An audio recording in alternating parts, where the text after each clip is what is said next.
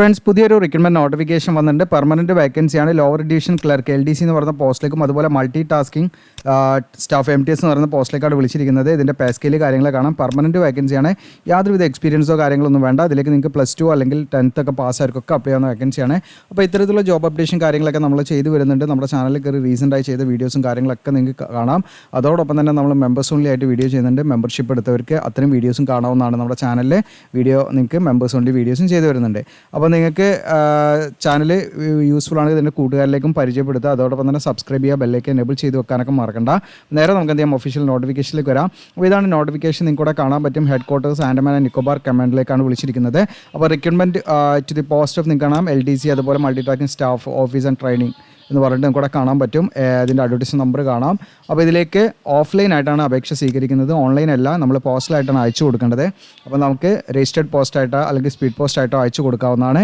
അപ്പോൾ അയച്ചു കൊടുക്കേണ്ട അതെങ്ങനെയാണ് നമ്മൾ ഫോം ഫില്ല് ചെയ്യേണ്ടത്, എവിടെ നിന്നാണ് ഡൗൺലോഡ് ചെയ്യേണ്ടത്, നമ്മൾ എങ്ങനെയാണ് ഇതിലേക്കുള്ള സെലക്ഷൻ തുടങ്ങിയിട്ടുള്ള കാര്യങ്ങൾ, എക്സാം സെൻറ്റർ തുടങ്ങിയുള്ള കാര്യങ്ങളൊക്കെ വിശദമാക്കുന്ന വീഡിയോ ആണ്.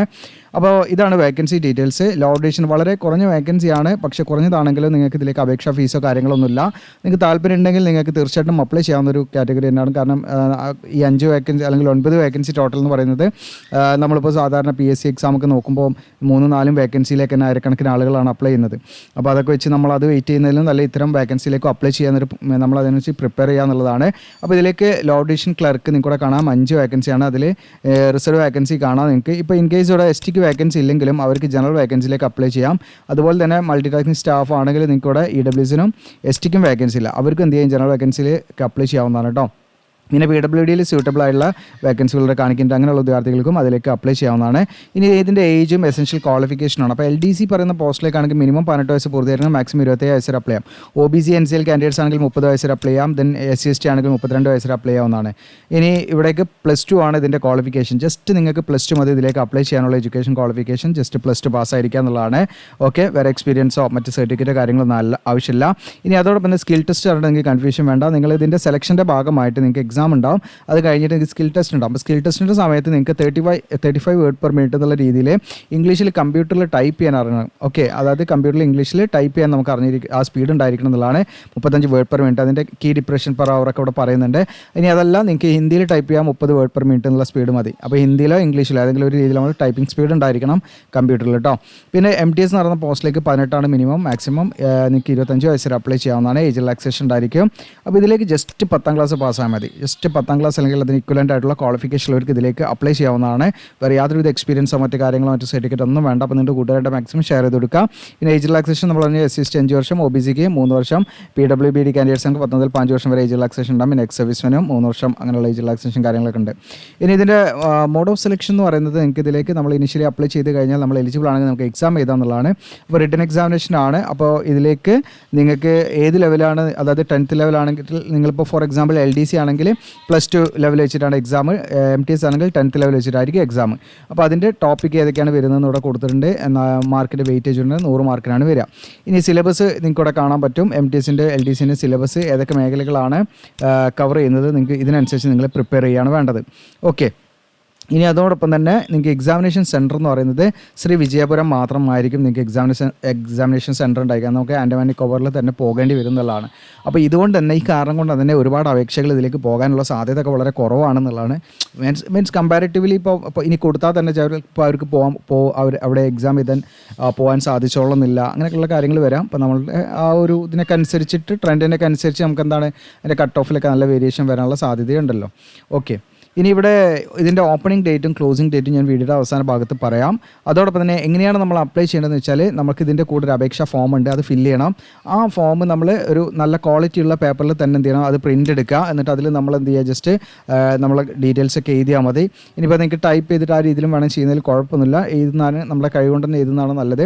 അപ്പോൾ ആ രീതിയിൽ നമ്മൾ എഴുതിയിട്ട് നമ്മൾ റീസെൻ്റ് ആയിട്ടുള്ള പാസ്പോർട്ട് സൈസ് ഫോട്ടോഗ്രാഫ് അതിൽ ഒട്ടിക്കണം. പാസ്പോർട്ട് സൈസ് ഫോട്ടോയുടെ പ്രത്യേകത എന്താ വെച്ചാൽ നമ്മുടെ ബാക്ക്ഗ്രൗണ്ട് ബ്ലൂ ആയിരിക്കണം. ഓക്കെ, പാസ്പോർട്ട് സൈസ് ഫോട്ടോഗ്രാഫിൻ്റെ ബാക്ക്ഗ്രൗണ്ട് ബ്ലൂ ആയിരിക്കണം, പ്രത്യേകം ശ്രദ്ധിക്കുക. അതുപോലെ തന്നെ 3 മാസത്തിനുള്ളിൽ എടുത്ത ഫോട്ടോ ആയിരിക്കണം. അത് നമ്മൾ സെൽഫ് അറ്റസ്റ്റ് ചെയ്യും വേണം. ഒട്ടിച്ചിട്ട് നമ്മളവിടെ സെൽഫ് അറ്റസ്റ്റ് ചെയ്യണം. അതെങ്ങനെയാണെന്നുള്ളത് കാണിക്കാം.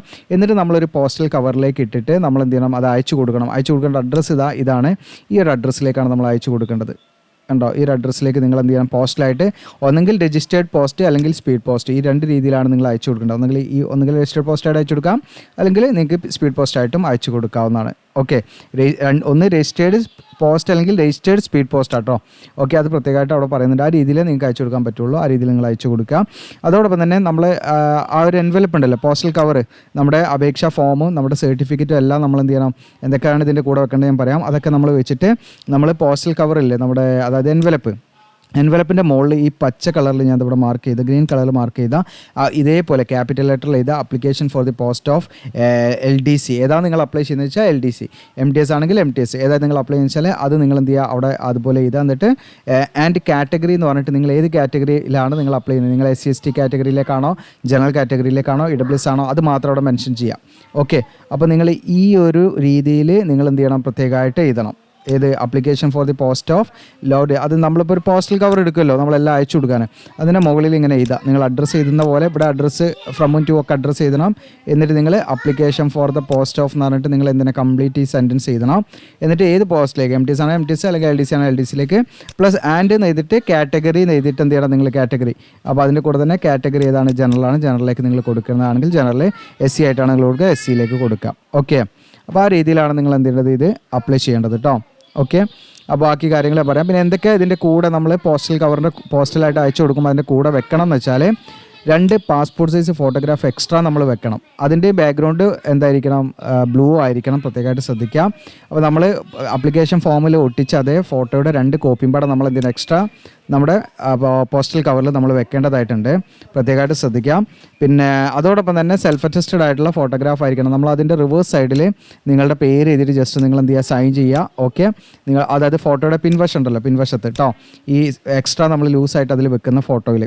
ദെൻ അതോടൊപ്പം തന്നെ സെൽഫ് അറ്റസ്റ്റഡ് ആയിട്ടുള്ള എല്ലാ സർട്ടിഫിക്കറ്റും നിങ്ങൾ ഇതിൻ്റെ കൂടെ അയച്ചു കൊടുക്കണം എല്ലാം ഫോട്ടോ കോപ്പി എടുക്കുക നിങ്ങൾ തന്നെ അറ്റസ്റ്റ് ചെയ്യുക നിങ്ങൾ സെൽഫ് അറ്റസ്റ്റ് ചെയ്യുക എന്നിട്ട് നിങ്ങൾ അയച്ചു കൊടുക്കുക അത് SC/ST OBC അങ്ങനെയുള്ള കാറ്റഗറി സർട്ടിഫിക്കറ്റ് മുതൽ നമ്മുടെ ബർത്ത് സർട്ടിഫിക്കറ്റ് അല്ലെങ്കിൽ 10th സർട്ടിഫിക്കറ്റ് മതി ബർത്ത് സർട്ടിഫിക്കറ്റ് പകരമായിട്ട് അതിൻ്റെ കൂടെ എക്സ്ട്രാ നമ്മളെന്താണ് ഒരു സെൽഫ് അഡ്രസ്ഡ് എൻവലപ്പും പാടെ എക്സ്ട്രാ വെക്കണം അതിൻ്റെ സൈസ് പ്രത്യേകം പറയുന്നുണ്ട് 23x13 ഇത് നിങ്ങൾ ഈ സ്റ്റാമ്പ് അല്ലെങ്കിൽ നിങ്ങൾ ഈ പറയുന്ന എന്താ പറയുക മുദ്ര പേപ്പറൊക്കെ വെക്കുന്ന അല്ലെങ്കിൽ അങ്ങനെയുള്ള ഷോപ്പുകൾ ഉണ്ടാവുമല്ലോ നമ്മുടെ വില്ലേജ് ഓഫീസൊക്കെ ആയിട്ട് ബന്ധപ്പെട്ടോ അല്ലെങ്കിൽ അങ്ങനെ പോസ്റ്റ് ഓഫീസൊക്കെ ആയിട്ട് ബന്ധപ്പെട്ട അടുത്തുള്ള അങ്ങനെയുള്ള ഫോമൊക്കെ വെക്കുന്ന കടകളുണ്ട് അപ്പോൾ അവിടെ പോയി പറഞ്ഞാൽ മതി എൻവലപ്പ് വാങ്ങുന്ന സമയത്ത് 23x13 ആ ഒരു ഡയമെൻഷനിലുള്ള എക്സ്ട്രാ ഒരു പോസ്റ്റൽ കവറും പാടെ വേണമെന്നറിയാം എന്നിട്ട് ആ പോസ്റ്റൽ കവറിൽ 45 രൂപയുടെ സ്റ്റാമ്പ് ഒട്ടിക്കുക എന്നിട്ട് ആ സ്റ്റാമ്പ് ഒട്ടിക്കുമ്പോൾ നമുക്ക് 2 പോസ്റ്റൽ കവറാണ് ആവശ്യം ഒന്ന് നമ്മുടെ മെയിൻ പോസ്റ്റൽ കവർ നമ്മൾ ആ ഒരു ഏത് പോസ്റ്റിലേക്കാണ് അപ്ലൈ ചെയ്യുന്ന ഡീറ്റെയിൽസ് മുതൽ അത് എഴുതണം പിന്നെ ഫ്രം അഡ്രസ്സും ടു അഡ്രസ്സ് എഴുതണം എന്നിട്ട് ഇതൊരു പോസ്റ്റൽ കവർ ഇത് രണ്ടാമതൊരു പോസ്റ്റൽ കവർ നമ്മൾ വാങ്ങണം അതിന് പ്രത്യേക ഡയമെൻഷൻ അവിടെ പറയുന്നുണ്ട്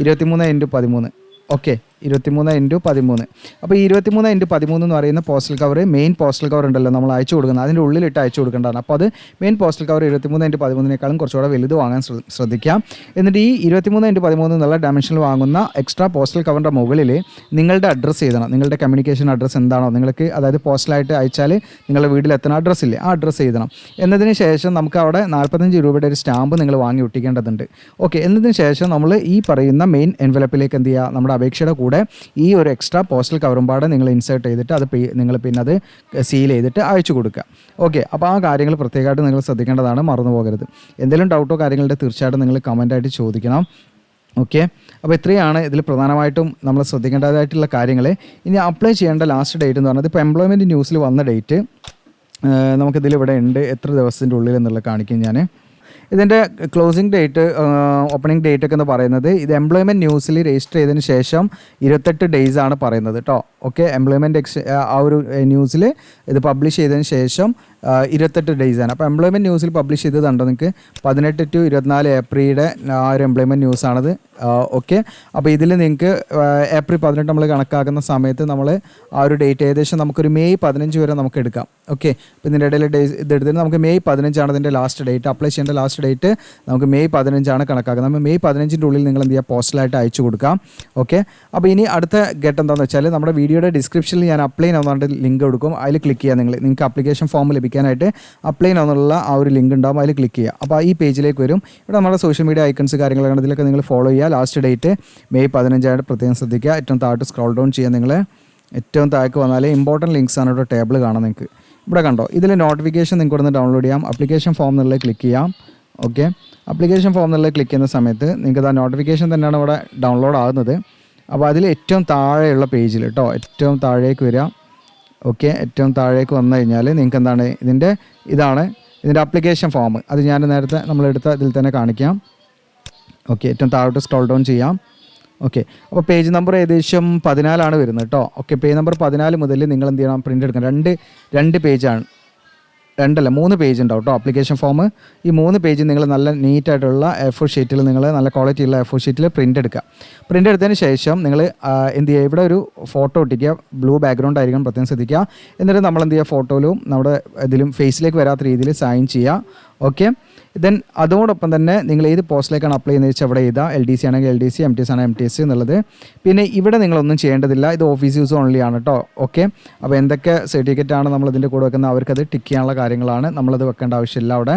ഓക്കെ, അപ്പോൾ അത് ഓഫീസ് യൂസ് ഓൺലി ആണ്. ഇവിടെ കണ്ടോ, നിങ്ങൾ ക്യാപിറ്റൽ ലെറ്ററിൽ ഇത് ഫില്ല് ചെയ്യാൻ പാടുള്ളൂ. അപ്പോൾ നിങ്ങൾ ഏത് പോസ്റ്റിനാണ് അപ്ലൈ ചെയ്യുന്നത് വെച്ചാൽ വീണ്ടും നിങ്ങൾ എന്ത് ചെയ്യണം, ഓക്കെ, ഏത് പോസ്റ്റിനാണെന്നുള്ളത് അവിടെ വ്യക്തമായിട്ട് എഴുതുക. അതിനുശേഷം നിങ്ങളുടെ പേര്, ഇതൊക്കെ ക്യാപിറ്റൽ, ബേസിക് ഡീറ്റെയിൽസ് ആണ്, ഞാനത് വീണ്ടും പറയണമെന്നില്ല. പിന്നെ ഏജ് ക്ലോസിംഗ് ഡേറ്റിലേക്ക് മെയ് 15 കണക്കാക്കി നിങ്ങൾക്ക് എത്ര ഇയർ ആവും, അതായത് ഇപ്പോൾ 20 years 3 months 10 days അങ്ങനെ വെച്ചാൽ അങ്ങനെ എഴുതാം. നിങ്ങൾക്ക് എങ്ങനെയാണോ ആ ഡേറ്റിലേക്ക് ഇത് വരുന്നത്. അത് നമ്മുടെ വെബ്സൈറ്റിലുണ്ട്, GOC എലിജിബിലിൻ്റെ ഈസി ടൂൾ ഉണ്ട്. ഏജ് കാൽക്കുലേറ്റർ എടുത്ത് നോക്കാം. നാഷണാലിറ്റി, മെയിൽ ഓർ ഫീമെയിൽ അതൊക്കെ കൊടുക്കുക. റിലീജിയൻ, പെർമനൻറ്റ് അഡ്രസ്സും ദെൻ കമ്മ്യൂണിക്കേഷൻ അഡ്രസ്സും കൊടുക്കാം. ഇമെയിൽ ID, ഇങ്ങനെയുള്ള ബേസിക് ഡീറ്റെയിൽസ് ആണ്. അതിൽ വേറെ സംഭവമൊന്നുമില്ല. പിന്നെ നിങ്ങൾ ഗവൺമെൻറ് എംപ്ലോയി ആണോ, അതൊക്കെ യെസ് ഓർ നോ ആണ്. അപ്പം നമ്മളവിടെ നോ ടിക്ക് ചെയ്താൽ മതി. ഓക്കെ, അതുപോലെ തന്നെ എക്സ് സർവീസ്മാനൊക്കെ ആണെങ്കിൽ അതിനനുസരിച്ച് കൊടുക്കാം. പിന്നെ അതുപോലെ തന്നെ കാറ്റഗറി ഏതാ വെച്ചാൽ നിങ്ങൾ ഏതാണ്, ജനറലാണ്, ജനറൽ ടിക്ക് ചെയ്യുക, അല്ലെങ്കിൽ ടിക്ക് ചെയ്യുക. EWS ആണ്, EWS ഏതാ വെച്ചാൽ നിങ്ങൾക്ക് ടിക്ക് ചെയ്യാം.